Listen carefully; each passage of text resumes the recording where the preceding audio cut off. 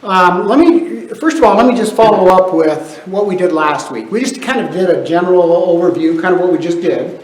And then we talked about the many faces and causes of unbelief, and we dealt first with the faces of unbelief. And we talked about, you recall, atheists are those who believe that there is no God under any circumstances. And in fact, the term means without God. We talk about agnostics. An agnostic is someone who says there's no way to know whether there is a God or is not a God. And the term itself, agnostic, means without knowledge or without understanding. So an agnostic says, well, there could be a God, but I don't know. And therefore, I can't say there is a God or isn't a God, so I'm not going to believe in a God. So atheist doesn't for sure. Agnostic is one who doesn't know or can't prove to himself that there is a God. A skeptic is a person who doubts there is a God. And the standard dictionary definition is quite revealing when it describes a skeptic as one who holds to the doctrine that true knowledge or knowledge in a particular area is uncertain and who has doubts concerning basic principles. So, atheist, agnostic, skeptic, and then finally, the final tag we're going to use on the faces of unbelief is an infidel.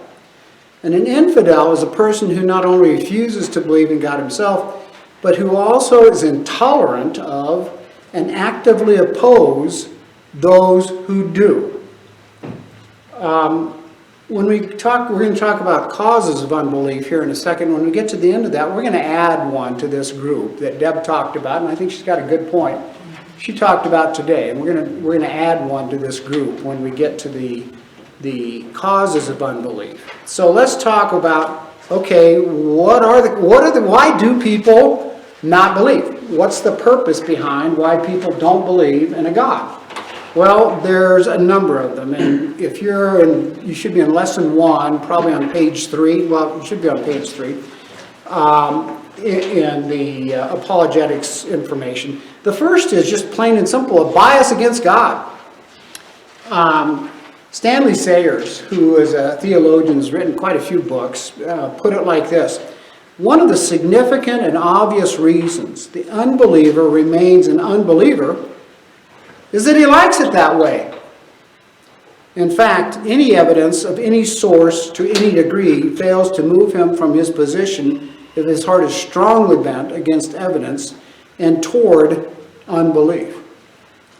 So the Christian God is utterly, to this individual, to somebody with a bias against God, the Christian God is utterly repugnant to them because he represents a threat to man's own desires and ambitions. In other words, the will of man is on a collision course with the will of God. We talked a little bit last week about one of the curses of mankind is, I'm saying this somewhat tongue-in-cheek, free will. If we didn't have free will, this would be a whole lot easier, wouldn't it? If we didn't have the ability to choose. And we talked about what Joshua says when he brings the people into the land for the first time. He says, here's the deal, guys, choose. You pick. Whether you want to follow the gods of the foreign lands or not, that's up to you. You choose. As for me and my house, we will follow the Lord. Later on in Deuteronomy, Moses does the same thing. He says, choose today. I put before you two choices. The God of the universe or the gods beyond the river. You choose. But choose life. One brings life, one brings death. Choose life. Throughout the Bible, we're faced with the issue of choice. In this case, a bias against God is a willful choice not to believe in God. I'm going to ask, let's see, I've got related to the bias against God. Let's see. Julie, did you bring your Bible? Yes. Get ready to do Romans 1, 18 to 23, will you? So, So it's not that there's not evidence. In fact, Paul reminded the first century Christians in Rome that of those knowing God, glorifying him not as God, neither give thanks but became vain in their reasoning. And we'll read a little bit about that here in just a minute. So the problem about which the apostle wrote was not the failure to accept what was unknowable. The text in Romans clearly indicates that people could see and did know the existence of God. Rather, it was the problem of refusing to accept what was knowable. What was knowable, in other words, God's reality. All of that comes under the heading of a bias against God in terms of causes for unbelief. Julie, you want to read for us Romans 1, 18 to 23? For the wrath of God is revealed from heaven against all ungodliness and unrighteousness of men who suppress the truth in unrighteousness. Because that which is known about God is evident within them, for God made it evident to them. For since the creation of the world, his invisible attributes, his eternal power and divine nature have been clearly seen, being understood through what has been made, so that they are without excuse. For even though they knew God, they did not honor him as God or give thanks, but they became futile in their speculations, and their foolish heart was darkened. Professing to be wise, they became fools, and exchanged the glory of the incorruptible God for an image in the form of corruptible man, and of birds and four-footed animals and crawling creatures. So those that Paul referred to had such a built-in prejudice against God that they refused to have God in their knowledge. So it's a bias against God. Now, what Julie just read to us is basically, there's a highfalutin seminary word for it, is called general revelation. What that means is very simple. Walk outside right now, look at the mountains, and tell me that there is no God. That's what Paul is saying. You can see the evidence of God just by looking at his creation. Special revelation, in the big theological term, simply means, now that I have general revelation that there is a God, my special revelation is, I understand, it's been revealed to me who this God is. And this is the God who provided the Son who died for me that saved me from my sin. So general revelation and special revelation. Are you with me so far?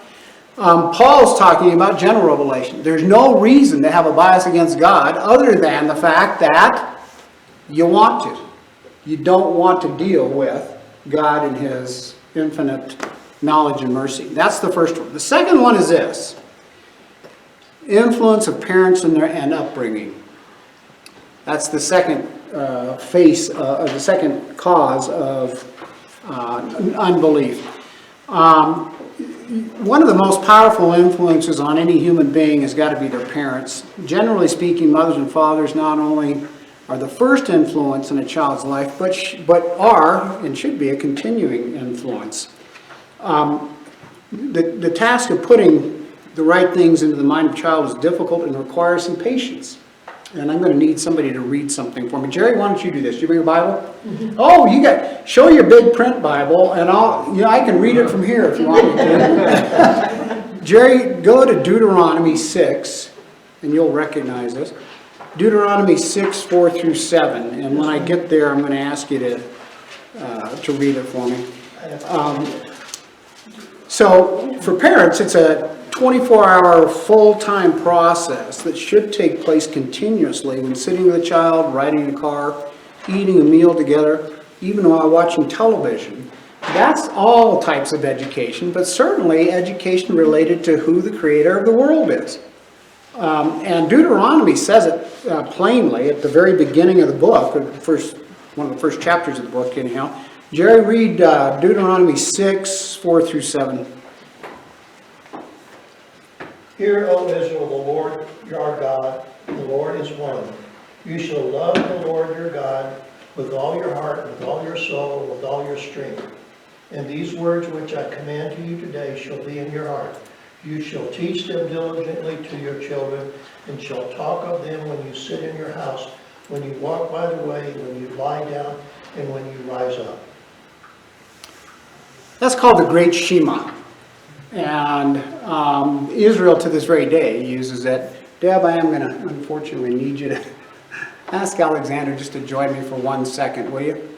He's over in the park, I think. Yeah. Oh, is he? I saw him We have outside. another bite? Yeah, we have another bite. Can you ask him if he can just give me 1 second? We've got this set up where we're doing both the slide presentation and the video at the same time.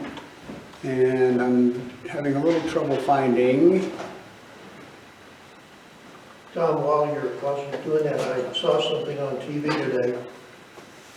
It was on a news report, and it said that for the first time since the 1930s, church membership in the United States is less than 50%, I saw that. 49, something like that. And they said, but yet 80% of the people say they believe in God. Well, then I'd have to say that's a failure of the churches, unfortunately. By the same token, I know the sales of Bibles has skyrocketed over the last year. Now, unfortunately, what they can't tell you when they give you the sale of Bibles is who's reading them, or if anybody's reading them. So while I wait on Alexander, and part of the reason I need to do this is because we've got several slides that are going to help here.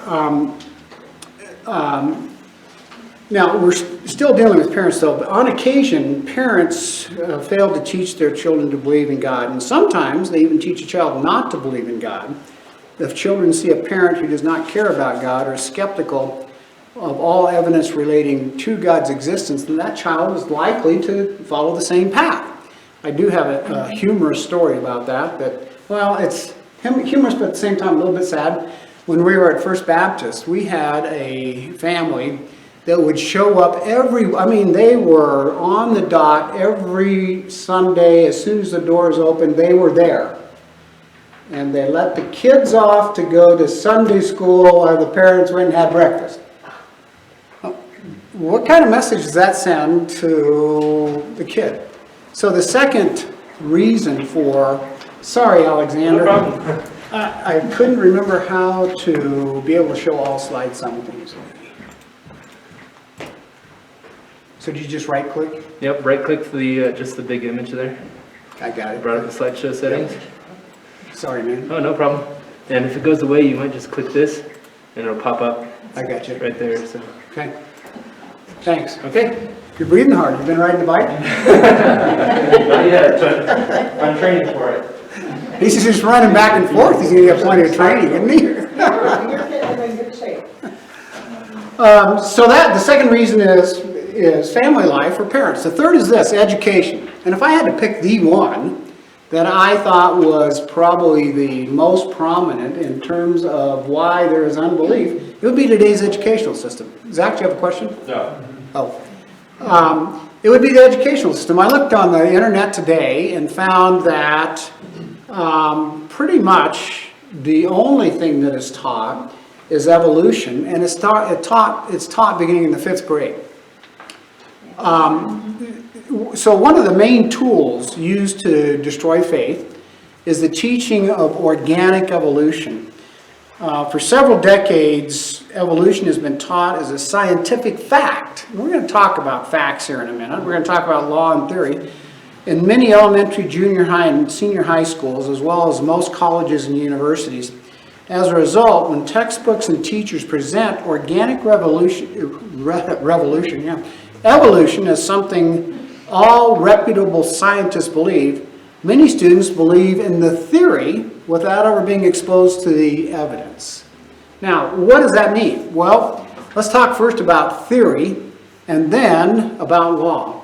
And I'm going to differentiate between the two here.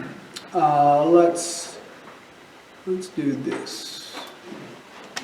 And I want you to, I need you to keep in the back of your mind, because we're going to be talking a lot about theory. What did I just say? The theory of evolution, right? We're going to talk about theory, and we're going to talk about law. And we're going to do both of those throughout all of this session.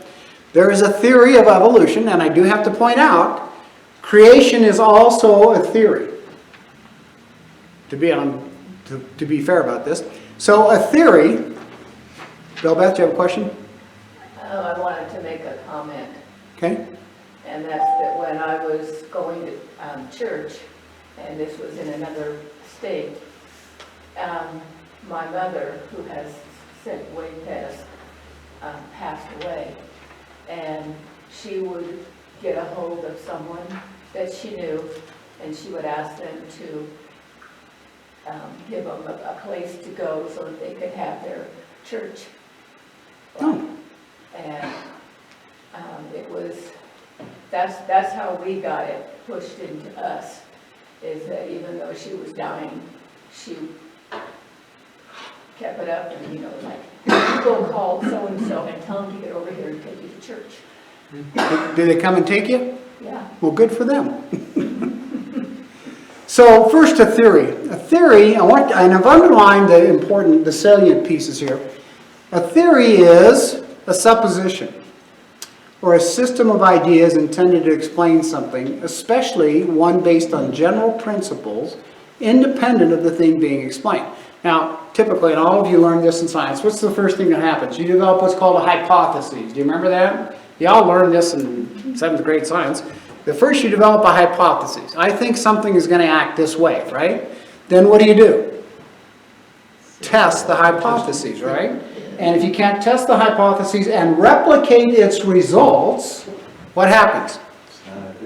It's false. You can't do anything for anything. That's right, it's false. You can't do anything else with it. If you can, it becomes a theory. It's a supposition or system of ideas. Now, that means that, at least in the hypotheses that you've come up with, that you've been able to show that these certain set of circumstances occur every time when you do it. Now, look at the difference between that and law. And this is what is called scientific or natural law. It's a statement of fact, deduced from observation to the effect that a particular natural or scientific phenomenon, this is important, always occurs if certain conditions are present. If that phenomenon does not occur with all those conditions present that have been replicated again and again and again, then what's wrong with the law? It hasn't been proven. Now, that does not mean that laws cannot be disproven based on subsequent information. One of which is, up until about the turn of the last century, pretty much everybody believed that the universe was eternal. Wasn't a law, I guess. It was a theory. That became an issue when Albert Einstein began to develop his theory of general relativity, which we'll come back to in just a minute. I want to look at one more slide related to... Oh. I'm not through, but that's all right. Dale? It was a law that Pluto was a planet, Oh, that's true. and then that was subsequently changed. And that disappointed me. I kind of liked Pluto. Yeah, I did too. I like Pluto too. Do you? Were we talking about the same Pluto? Probably. For what it's worth, it's still the law in New Mexico that it's a planet. Is it? Yeah, they passed that. Really? Because the person who discovered the planet was Oh, I didn't know in New that. Mexico. Oh, interesting. Did everybody hear that? In New Mexico, they passed legislation that Pluto is still a planet. I just wanted to do one other thing, and that's to show the theory versus law. On one side, the green side, you have theory.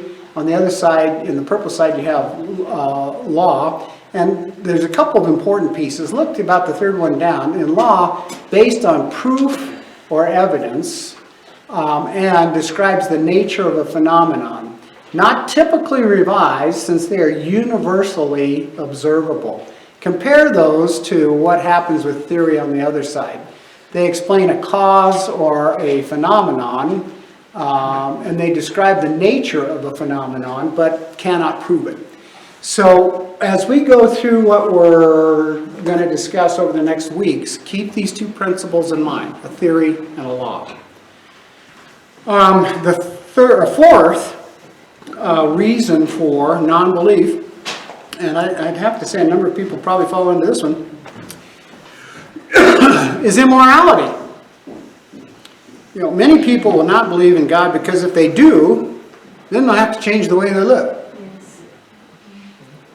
Psalm 14:1 discusses this clearly. The fool has said in his heart, there is no God. They are corrupt. They have done abominable works. One of the most common reasons people choose not to believe in God is because they do not want to give up their sinful lifestyles. So far, we've talked about, I think that's the fourth one, we've talked about a bias against God, influence of parents and family, education, immorality, and then scientific materialism. We're living in an era where science rules and where we observe its accomplishments every day. One of the greatest obstacles to belief in God is the attitude that science somehow has made belief in God obsolete. Many scientists today claim that the only way to discover something is by empirical observation.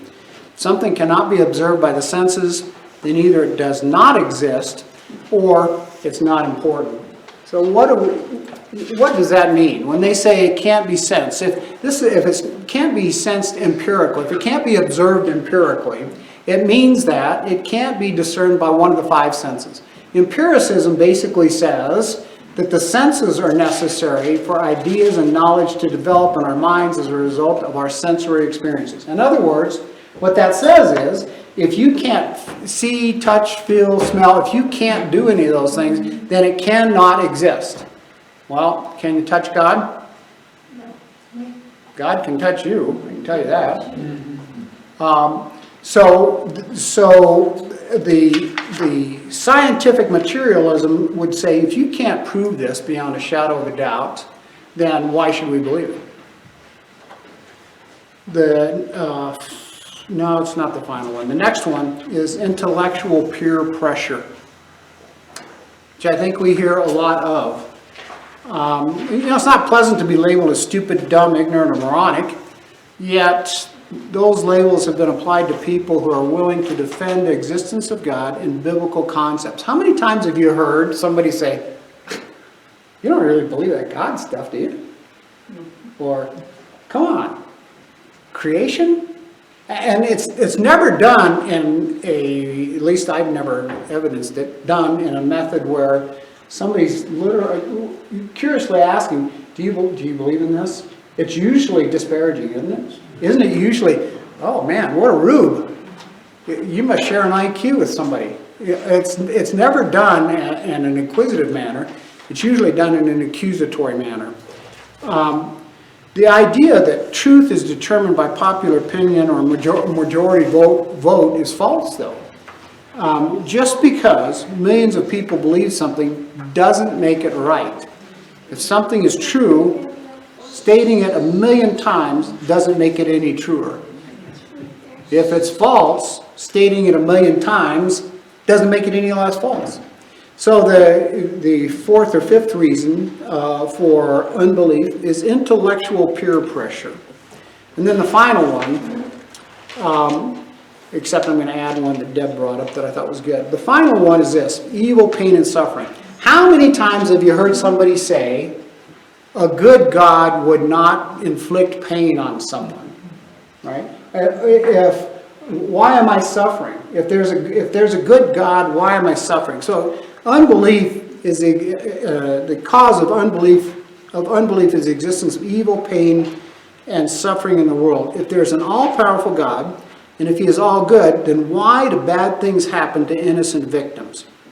Well, here's the best response for that. First of all, when God created everything, He said it was very good.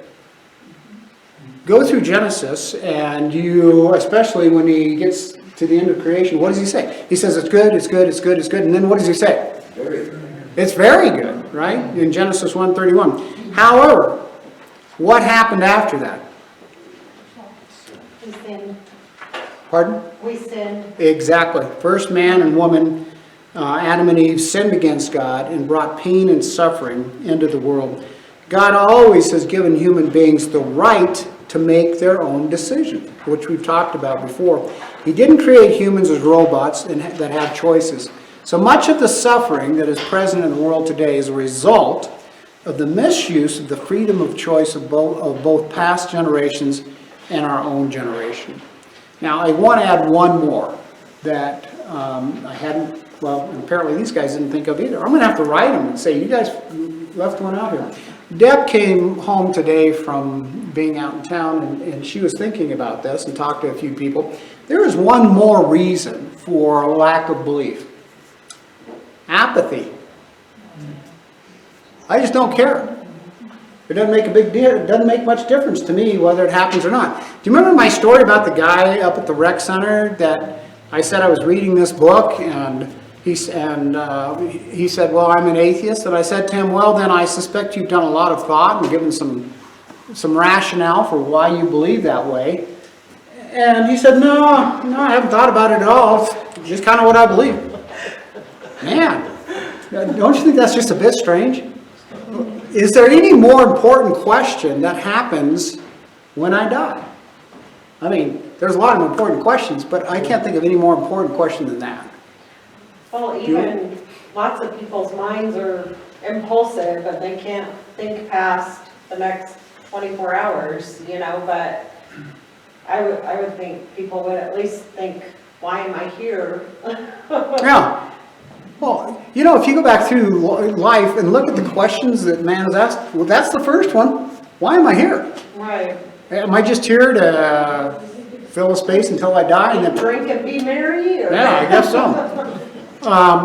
So I think that's an excellent point, is shouldn't there be something in the back of your mind that says, why am I here? Elliot, hold on one second. I'm going to assign one more reading. Dale, do me a favor. Do you bring a Bible? Yep. Go to 1 Corinthians 1, 18 to 25. And Elliot, go ahead, and when you're finished, we'll get him to read that. Oh, I was just going to say, we hear so much today with COVID about follow the science. And here we are in the 21st century. We have more science at our disposal than any other time to prove or disprove many, many things. One of them is we know that the Earth itself is on a 23.5-degree axis. If it were anything different than that, life would not exist. We rotate on that axis at about 1,000 miles an hour, am I told in Ravi Zacharias' book. And the planet itself circles the sun at about 67,000 miles an hour. Well, with all that velocity, why aren't we flying off the Earth? Well, we know that gravity tells us that we stay here on Earth. Well, I think that falls into the category of general revelation. And well, I hope you're here for it. If not, you'll have to watch it. It's either lesson 3 or 4. We're going to talk about many of the things you just brought up, including if oxygen levels were off by even 0.1%. If the angle of the Earth has changed by even 1 degree. So we're going to talk about a lot of those. So the caveat to that is, it would appear there was a design plan. You know, that, by the way, in this book, Norman Geisler makes a really big point about saying, we're halfway through this book and I have yet to say God. He says, intelligent design. Well, call it whatever you want to, but you're going to end up at the same place. Okay, I want to conclude. Well, could I throw something else? Yeah. About apathy. Here's Clyde's opinion. I think apathy is a short-term perspective. It might be 40 years or 80 years, but you know, so I'll say this, I'm not trying to sound too know-it-all here, but you show up to a funeral, and that's a moment in time when many people are rethinking this apathetic view toward God or what happens when they die. And therefore, you know, the standard thing in our society is to try to make up some kind of heaven stories that will support, you know, maybe an untrue view of where this person is going or where you're going when you die. But anyway, I'm just saying that I think apathy works really well until you hit that point, until you're in the foxhole or until you're at this point, and then all of a sudden you're crying out. I mean, literally, I'm not trying to be rude, but you're crying out to God. And even those who don't cry out to God at that moment in time. So I'm just, but, you know, without the trauma, we don't We don't get there, we're too comfy. My dad used to say, who survived World War II all in one piece, he used to say, there are no atheists in foxholes. By the way, do you know the difference between ignorance and apathy? I don't know and I don't care. All right, Jerry? I have a thought when you were talking about upbringing. My atheist friend down in Arizona, one of the things he said to me, well, you're a Christian because your parents raised you that way. And I said, well, Dick, there's just one little problem with what you said. I was saved and I went to church before my parents did. I convinced my parents to start coming to church. I was baptized with my mother at the same time.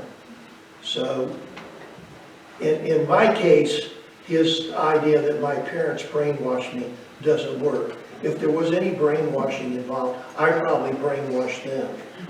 Well, and you'd be surprised how many stories there are of exactly that happening. That it's the children who brought the parents to. All right, let's conclude this session. Let me just read this, and I'm going to ask Dale to read it, the citation out of 1 Corinthians. This is the conclusion to the first lesson. All too often, man's wisdom has replaced God's, causing many to lose their way in what has become one of the most horrible and one of the most common tragedies of our day. The price humans have paid for being intellectually learned but spiritually ignorant, the loss of their souls, has been far higher than we could ever have imagined. In 1 Corinthians 1, 18-25, Paul talks about that. Dale? For the message of the cross is foolishness to those who are perishing, but to us who are being saved, it is the power of God. For it is written, I will destroy the wisdom of the wise and bring to nothing the understanding of the prudent. Where is the wise? Where is the scribe? Where is the disputer of this age? Has not God made the foolish the wisdom of this world? For since in the wisdom of God, the world through wisdom did not know God, it pleased God through the foolishness of the message preached to save those who believe. For Jews request a sign, and Greeks seek after wisdom. But we preach Christ crucified. To the Jews a stumbling block, to the Greeks foolishness. But to those who are called, both Jews and Greeks, Messiah, the power of God and the wisdom of God. Because the foolishness of God is wiser than men, and the weakness of God is stronger than men. Amen. So, the summary then is on the faces of unbelief and the causes of unbelief are the things we just read. Gnosticism, atheism, all of those basically can come down to one thing. Either you don't believe it because you don't want to, or you want to make the case that there is no God in order to justify the way you live. Now, let's go on to some proof.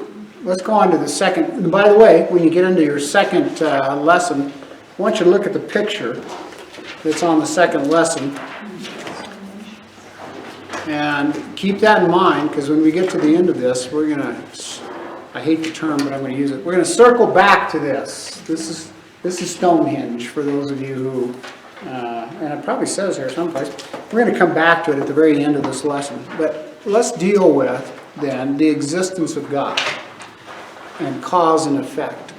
So, and we talked about basic questions here a minute ago. One of the most basic issues that the human mind can consider is this question: does God exist? Well, to answer the question, of course, is to seek out, any question is, of course, to seek out and examine the evidence. It certainly is reasonable to suggest that if there is a God, He would have made available to us evidence adequate to the task to prove His existence. But does such evidence exist?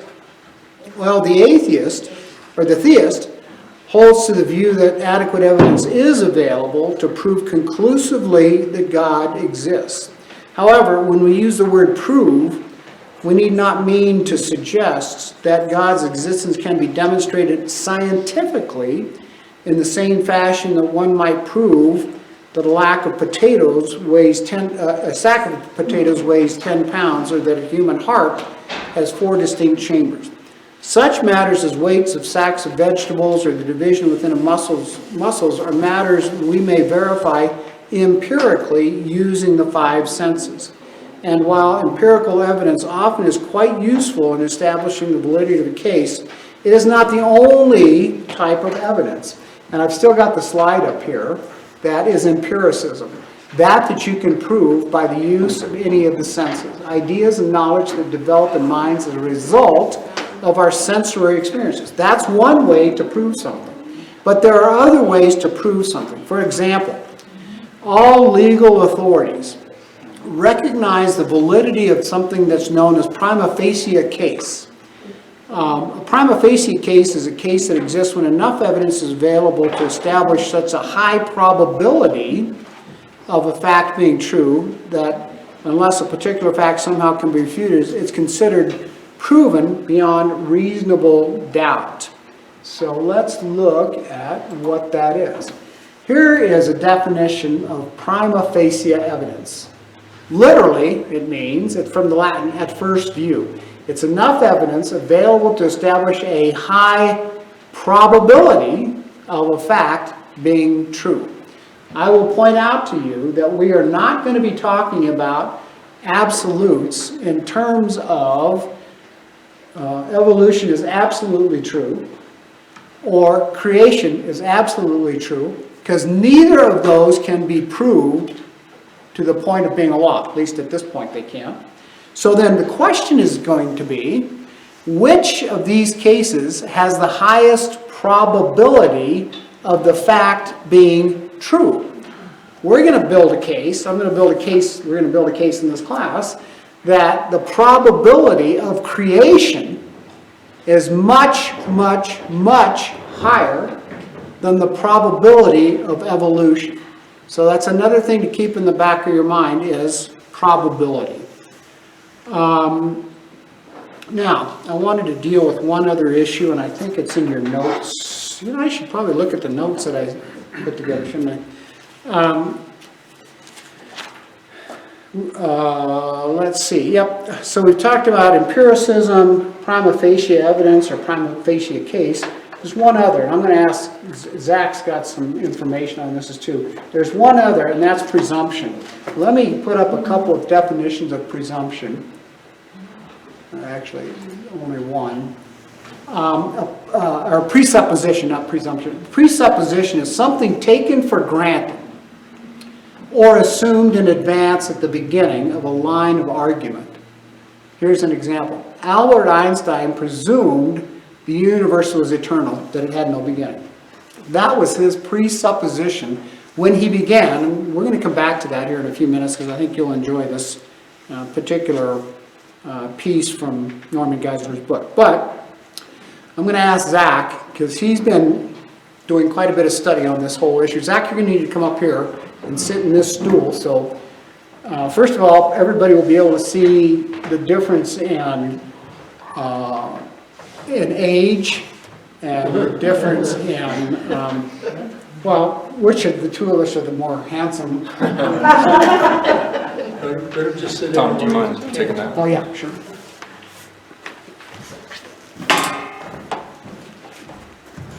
Okay, so everything here I got with Tom. We had coffee and we were talking about apologetics, and I told him I was reading this book. So most everything that I'm going to talk about, basically all of it, is almost going to be directly from this book, Dr. Lyle, Ultimate Proof of Creation. Great book, and the whole premise of the book is a form of argumentation against a secular worldview, based on presuppositions, a whole subgenre of apologetics called presuppositional apologetics. Tom, this is going to be a whole big thing. Is that okay? That's fine. All right. So, Well, wait, how big? I don't know. I don't know. That's all right. You can cut me off at any time. You want to take whatever time you want. All right. So the whole idea of the book, and I'm just going to try and summarize it at a high level. I recommend getting the book because it's really good, but I'm going to try and extract all the main ideas out of it. So he goes in at first and he said, why is there debate? The secular person, the atheist, and the Christian have access to the same facts. So the point is, evidence itself is not enough to convince a person to change their worldview. An example of this is DNA. The atheist says, we have a common ancestor. We're looking at all kinds of DNA. We have a common ancestor. The Christian says, no, we have a common creator. So what do you do about this? You can't look at the evidence because it's not going to be convincing, because everybody believes that the evidence supports their worldview. So what is a worldview? It's a collection of presuppositions. That is the rules of interpretation we assume at the outset before any investigation of evidence. The presuppositional assumptions which make knowledge possible. If we didn't have presuppositions, we couldn't know anything at all. And I'll explain that a bit more. A presupposition. We all assume that the events that we remember actually happened. We assume that our senses are basically reliable. Dr. Lyle uses a funny little anecdote in there. He says, how do you know your memory is good? Well, you say, okay, I took a memory test not long ago. I did really well on it. And then he says, how do you know? Well, you're having to fall back on your memory. So maybe you have a good memory, maybe you don't, but you see the issue. And so the whole basis of this argument is, if you don't have biblical presuppositions, you have no reason to assume your memory is any good.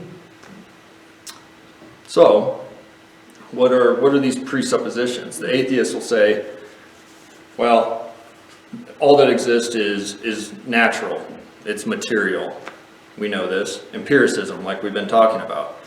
Relativism, neutrality, and that the Bible is irrelevant to science. Well, the Christian says the Bible is the true word of God. We believe in absolutes. We believe in laws of logic. We believe in morality and uniformity of nature. That's because the Bible tells us that we can't. So we'll see here, I'll run through these. The secular presuppositions actually make knowing anything impossible. And the Bible supports this too. Proverbs 1:7, fear of the Lord is the beginning of knowledge, but fools despise wisdom and instruction. Therefore, as Christians, we're going to reject these first few presuppositions that the secularist holds, and then we're going to talk about the ones that we share with the atheist, but they steal it from biblical presuppositions. So they're stealing our presuppositions to make arguments against Christians, which is self-refuting in itself. Anyways, we'll get to that. So materialism, the idea that nature or material is all that there is. So if this is the case, laws of logic and morality do not exist in a materialist worldview, because these are metaphysical things. Laws of logic and morality, like God, are metaphysical, universal, and omnipresent. Therefore, if laws of logic are true, materialism is therefore false. It is arbitrary and inconsistent to claim materialism unless you deny logic and morality. So in order for anybody who holds this worldview to be consistent, they have to be a really hardcore nihilist. Now you can do that, you can remain consistent. A hardcore what? Nihilist. What does that mean? So a nihilist believes that there's no morality and that laws of logic, nothing metaphysical, nothing matters. Okay. The nihilist has to admit that having knowledge in itself is impossible.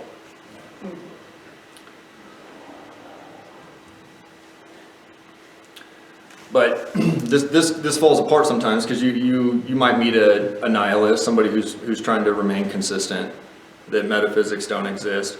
They might be walking down the street with their daughter, and if you kick that person's daughter, I bet they're going to have something to say about it. They're not going to say, it's okay, my daughter's just rearranged atoms that are here by chance. She's just a chemical reaction. The atheist probably won't say that. Empiricism. All truth claims must be supported by the scientific method. They must be repeatable. They must be testable. They say that the truth claims must be observable with the five senses. Okay, the statement, all truth claims must be proven by empirical observation. First of all, no one has observed all truth claims. There's an even or odd number of hairs on your head. I don't need to test that. I know that is true. Either one or the other is true.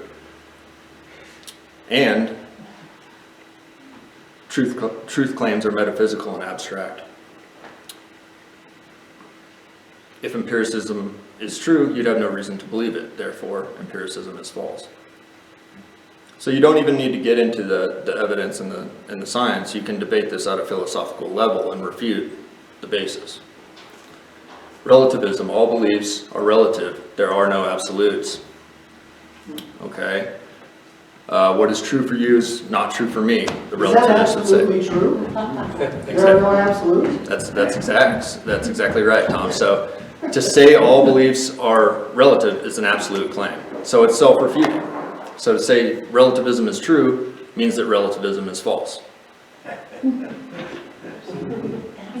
think they got rocks in their head.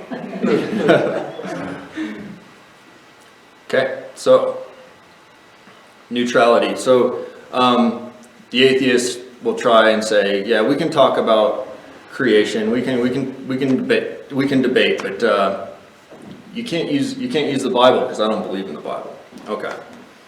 So they also believe that evidence can be interpreted neutrally without any presuppositions. This is in itself a belief that no belief is needed to interpret evidence. Therefore, if neutrality is true, neutrality is false. It's self-refuting again.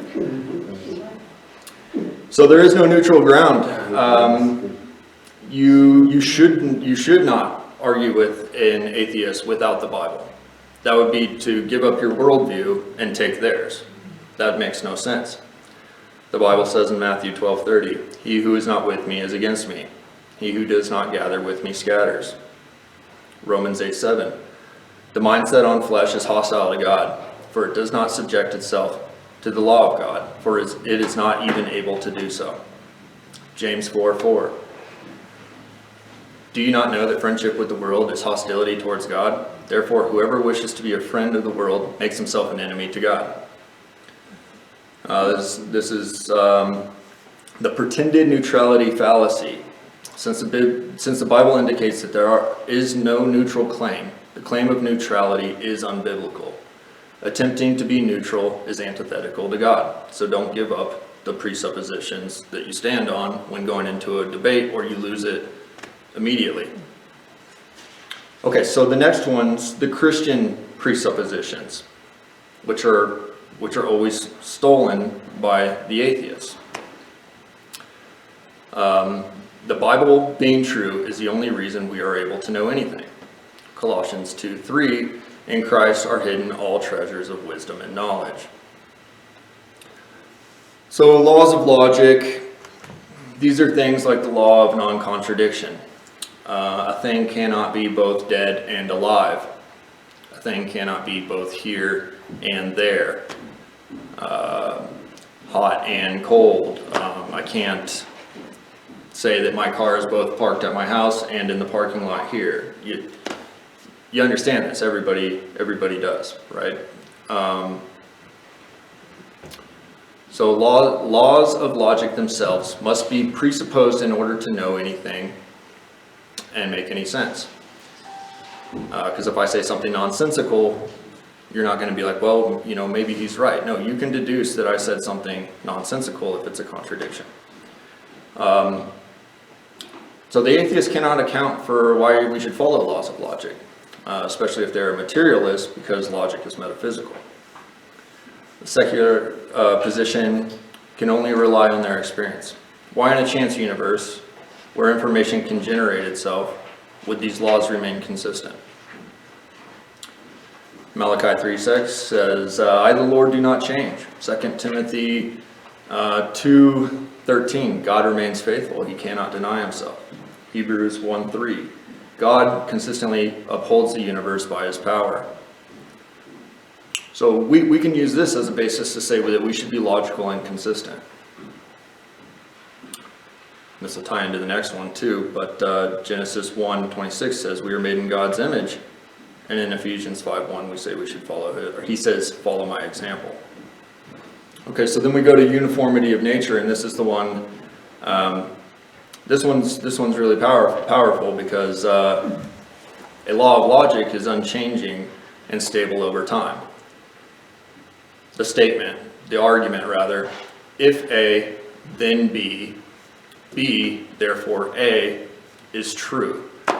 It's always true, it's unchanging. That'll exist in any location over any time span. It's the same as like math. So, like God, it's omnipresent and outside of time and space. 2 + 2 = 4 is always true regardless of time and location. In a chance universe, why would you assume this? Why would you assume that this would remain consistent? Because then you could say, well, yeah, what you said was logical on Monday, but now it's Friday. I don't know. You assume that the laws of logic will remain consistent. So Zach, does that mean that are you saying the presupposition is chance will allow things to happen by chance? I'm saying that if you do not have a biblical foundation, you have no reason to assume laws of logic, even though you'll say, yeah, I'm logical, but there's no basis for it. So saying the logic can change from day to day. If you don't have, if you're taking the position of, I'll just use evolution or something. A secular worldview. It can change. What you said was logical today may not be logical the next day. I'm saying that if you do not have biblical presuppositions, then yes.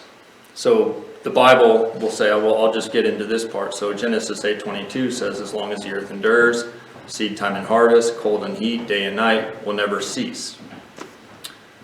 So a secular position has no reason to believe that the future will be like the past.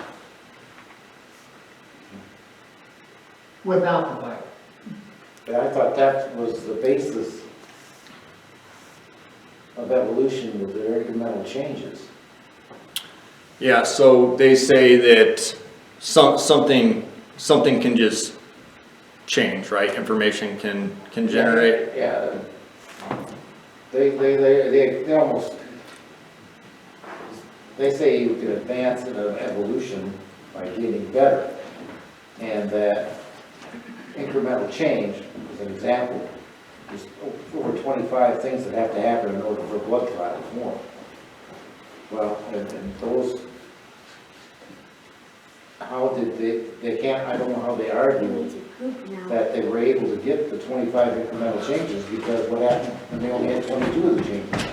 Blood clot couldn't form, he died, it led to death. So, if they're dependent upon incremental change, their logic has to stay the same from day to day, doesn't it? So are you saying that an atheist Not that it's depends? right, but that's their logic. Are you saying that they depend on things being repeatable? They depend upon things minutely changing.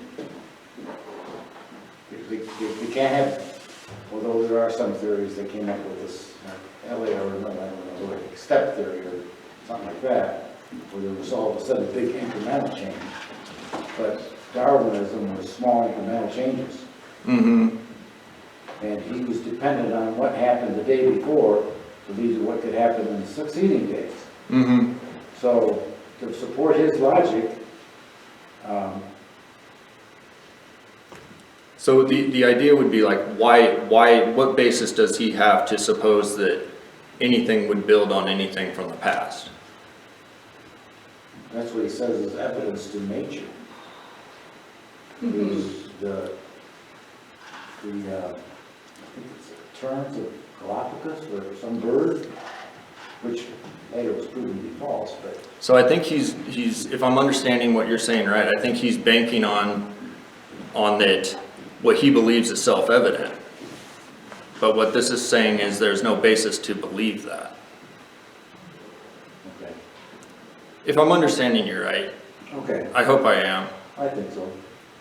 Well, I think you're getting too deep into the weeds here. Well, I was just about to say, we've gotten to the rabbit chasing at this point. So, I think, Zach, let me make sure I'm following you, because I think I know what you're saying, is that, and then see if you can summarize this. I think what you're saying is, without having the precepts of the Bible, the atheist can't make his argument. He's using the Bible to make his argument, so how can you use the Bible to argue against something you don't believe? That's exactly right. That make sense? Just one more caveat. One more rabbit? No, it's not, it's on his rabbit, not my rabbit. These incremental changes that the evolutionists talk about is their theory for evolution. The problem with that is they can't show you the incremental changes, because there are none. Yeah, that's right. It's like, There's a changing species. Well, I mean, the evolution is you came from the ocean as a fish, you developed into a frog.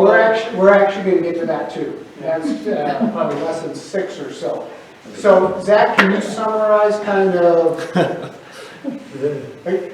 can you summarize an entire book written by a PhD physicist? 6 words or less. 10 words? Get the book. no, yeah, I mean, I recommend the book. If you just want to read it on your own time, then do that. Well, the atheists that believe in evolution, meaning things change, does that mean in the future 2 + 2 will equal 4.5? Have you seen math scores lately? See, and that's the point. We're saying that with the biblical worldview, we can bank on the math staying consistent, but the secular position doesn't have a foundation for that. Without the Bible? Correct. Is that right? Yes. Yeah. And I guess well, sorry, Zach, go ahead and summarize what you were. No, that's okay. I mean, because I was gonna go into morality a bit and some other things, but I think that's fine. I think probably, if I'm following you, the point is that, and not just the atheists, by the way, all of us come with presuppositions. All of us come with our worldview contains presuppositions of things that may or may not be accurate, but they're granted or assumed in advance, and one of which we'll get to here in just a minute. Is that an accurate statement? Yeah, I mean, the entire summation is to say that the Bible is the only consistent way to account for presuppositional assumptions. It's the only thing, said another way, and I summarized this from a different source, but it said the Trinitarian God can give a coherent justification of the basic presuppositions which make ethics, metaphysics, and epistemology possible. And no other formulation of just presuppositions picked at random can stay consistent without running into arbitrariness, inconsistency, or self-refuting itself. That's the basis of the idea. So, I guess... And to not argue on basis of evidence and science, because you have to throw out your presuppositions in order to do so. So you argue with your sets of presuppositions, one versus the other. So as soon as the atheist says, my presuppositions are this, we're going to argue on my grounds, you've lost. Exactly. And then they might say, well, something about morality, and you would say, well, you have no basis for morality in your worldview. However, I do, so I'm still consistent. So Except to them, their morality is self-determined. Correct. So for that, that is Could you be sister? fair supposition. So, let's go back to your, and then we'll wrap up, so we still have time to do some data, some Dale's dailies. Let's go back to your original example about walking down the street and kicking the guy's daughter. And he said, well, don't do that, that's wrong. He has no basis for that. How does he know it's wrong? Other than his own self-determination. Yep. So who gets to decide what's right and wrong? Each man is his own God. Well, and like, so you would attack it this way. So the atheist might say a Christian should not push their morality on other people, but that's, you know, they don't believe in absolutes, and they just made an absolute claim that you shouldn't push your morality on them. Yep. So you're always trying to just catch it on the next level of abstraction. So hopefully that made sense. Maybe it didn't. So No, I think if not, I apologize. No, I think it helped. I think the summary that you said basically was that the atheist basically builds his presuppositions off what you find in the Bible, Yeah, that's exactly right. right? Yeah. So he starts out with and you said it earlier, the only thing they can do is steal from us, steal from the Christian what their beliefs are built on. That's right, and theirs don't hold up because they're self-imputing, and that's what the entire book is about. What was the name? The ultimate proof of creation. By the way, Zach, when we had coffee, you were telling me about the guy who wrote this. Tell everybody a little bit about his background, because I think you're going to be surprised. So Dr. Jason Lyle is an astrophysicist and Christian apologist. And you'll be surprised, we're going to go through some of these, you're going to be surprised at the number of, you're given this impression that all scientists believe in evolution. You're going to be surprised at the number of great minds that say, you guys are off your rocker. And we'll go through some of those. Christian and non-Christian. That's true. So, and Dr. Lyle's point is, like, you wouldn't go into saying creation is more likely than evolution. He's saying, no, creation is a fact. I'm not giving up my presuppositions, and it's okay because I can refute your entire worldview, and you can't make sense of the world without borrowing from mine. That makes sense? That's bold. That is bold. Well, and actually, this is probably a good play, Dale, and then Elliot, did you have another question as well? No, I was just going to make a comment because we've thrown some terms around that may not be completely clear. When we talk about determinism, basically we're saying that we're hardwired to think in terms of what we do. In other words, we have no control over who we are and why we do the things we do. We're hardwired just the way we are. There is no morality. That comes from doctrines. So, Dale, I just want to mention the Truth Project, episode 5, which is 2 parts. It's a great summation of, and it includes icons of evolution too. It disproves the theory of evolution. I mean, you get a science in there that says, I don't remember what his name was, he said all these things had happened. It's impossible that could have happened, but I refuse to believe the alternative, therefore I believe in evolution. So, I mean, many of them know they're wrong, but yet they choose to believe. there's a number of anecdotes in here on the very same point. In fact, I'm going to leave with this because we're going to come back and start something called the cosmological argument. Don't be afraid of the name. It's a lot less than what it is.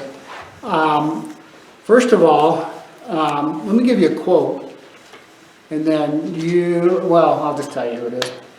Science without religion is lame. Religion without science is blind.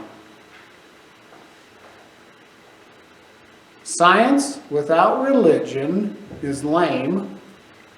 Religion without science is blind. Now, that's Albert Einstein. Zach, do you have a quick one? No.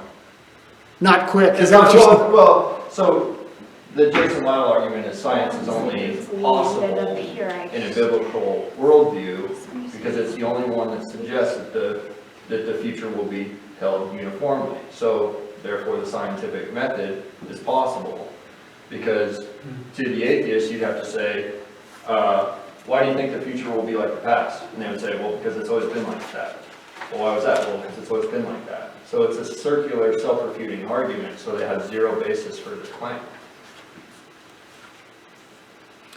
One of the things that's difficult when you're discussing or debating or whatever with someone who's not a believer, who's an atheist, they point out the times when the church has not been showing good morality. My friend is quick to point out that Baptists at one time advocated slavery.